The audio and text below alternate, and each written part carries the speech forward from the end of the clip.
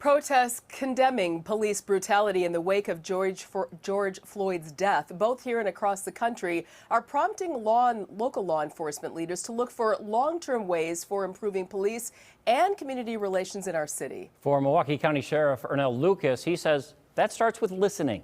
Hannah Jewell spoke with him one-on-one today about where we go from here as these demonstrations continue.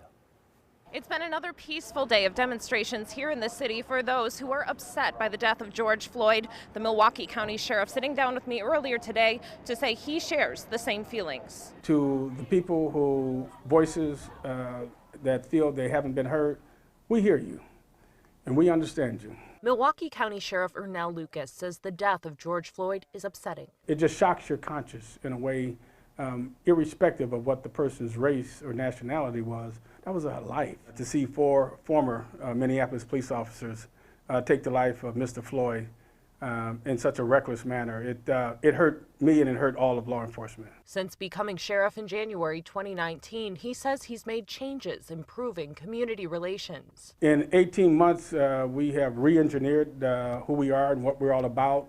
Brought in a chief legal officer to ensure that we're doing the right things. But Sheriff Lucas says there's still a long way to go, hoping to have more community discussions on where to collectively go from here. We have to set a high standard in this profession, and that we should be held to that higher standard, and we ought to be proud to be held to that high standard. So I'm very proud of the work that we do here. In the meantime, he says he's proud of deputies for helping keep a balance between protesters' rights and safety. If the last 4 to 5 nights here in Milwaukee is not indicative of that, I'm very humbled by the work that our men and women are doing.